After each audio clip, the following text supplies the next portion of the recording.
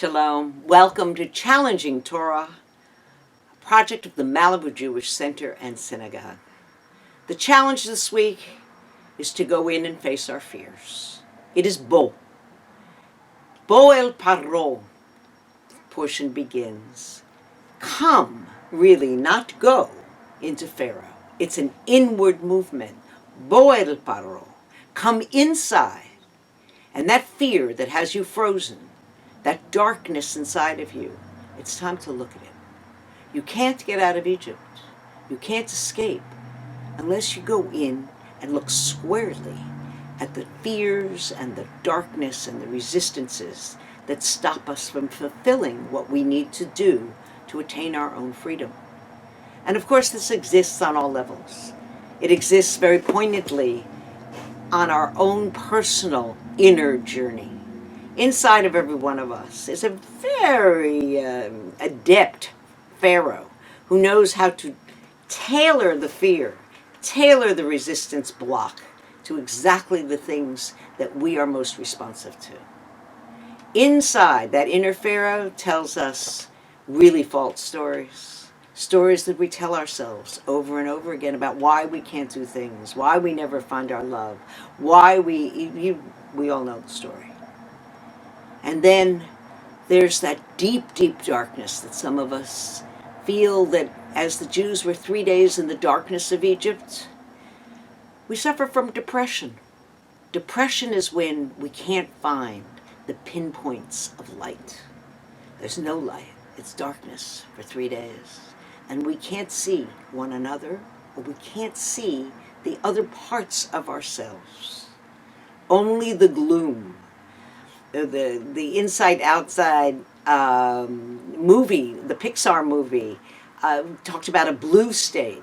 Sometimes we end up in a black state and can't get out of it. We are imprisoned in our own inner Egypt.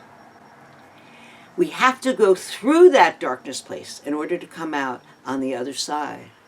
And perhaps we're guided by the sparks of light of others that come into our path, the sparks of light of prayer that stays with us, the flicker of hope. We know that the darkness is inevitable. We have to go in and say, what is this really that's stopping me in my life? And then we need to move on through the valley and out into the light. Of course, on a communal level, we spoke about this last week. We are really in a place of gloom lately. This is a dark January. And we're looking for the sparks everywhere, but we know that we are very challenged by joblessness, by climate change, and surely by violence on all levels, whether it's gun violence, whether it's a blow up this week, yet again somewhere in France, a blow up somewhere in the Middle East. We are in a dark time. And so when we're in a place of communal darkness, we need to look the challenges squarely in the face. We need to go beyond ourselves and say, I need to look at what has caused this darkness, how I, as a member of the world community, can participate in my own way to dispel some of the darkness. The answer is not to turn away, because the gloom, the darkness stays. This Torah portion addresses darkness on the communal level and the personal level. And all three plagues in this Torah portion are really about darkness. First, it's locusts, and the locusts covered the face of the earth so that the land was darkened. There's no food, nothing's on the trees, there's no hope of a harvest. It's dark.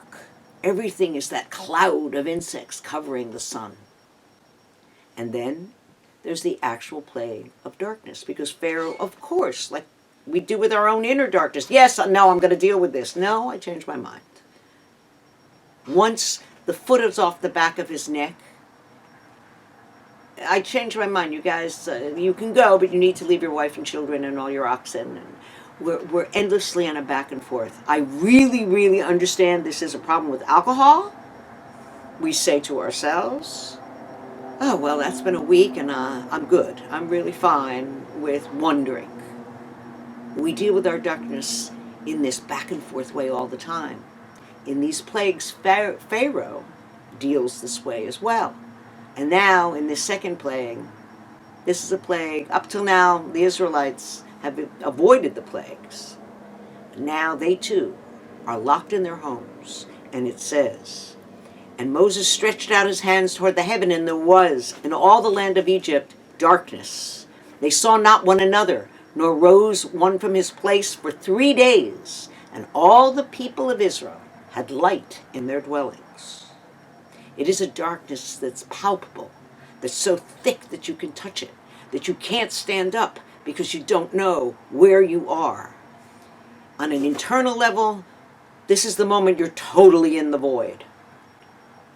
And on a personal level, we often feel this thickness holding us back.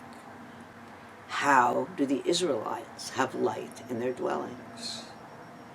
And so we look at this place, that what we call Tzalmavet, the gloom that covers everything. But they can see each other. Darkness is when you can't see beyond yourself. And this is the beginnings of the Jewish people. And they can see the light of each other's being in the other homes. It's a terrible moment. It's a moment that is filled with fear, and they say not all the Jews left, that the majority were just frozen in the darkness. But those who can see each other begin to form the bonds of community. When we can look beyond ourselves, when we can see the light in another human being. Rabbi Nachman of Breslov says, every human being has a spark of the divine. And we need to find that one spark of goodness, and then we can bring the light. Just start with the one. And the Gero Rebbe in Tzatamet says that each one of us has that little pilot light, that spark of the divine inside. That spark is still there, even in the deepest gloom. The last plague is so painful because the Jews escaped the plague. And I'm reminded this week of pictures of Syrian babies dying of hunger. How can you not have empathy for your enemy? And the Jews see the babies dying all over Egypt. And it's a moment of a mixed emotion, because they know now they really are free to leave. Go, Pharaoh says. He's been told Egypt is doomed. And yet in that darkness of death of the firstborn, we understand that there's a moment of light for the Jewish people ahead, out of the tunnel. And when we leave, immediately, there's a story about light. And we're told, this will be the first of months for you. And I always think, wow, that is a strange segue. Now we're going to do calendar? But the moon is the light that waxes and wanes. Sometimes there's dark, and sometimes there's light. And that's our life. We are endlessly, Gamze Yavor, this too will pass. The light and the darkness. We need to know that before we go on our journey as a people. And then we're told, tell this story to your children. We tell the narrative so that even in the places of deepest darkness, we have the memory of the spark of light. And we don't lose faith, because we know this too shall pass. May your Shabbat be filled with light.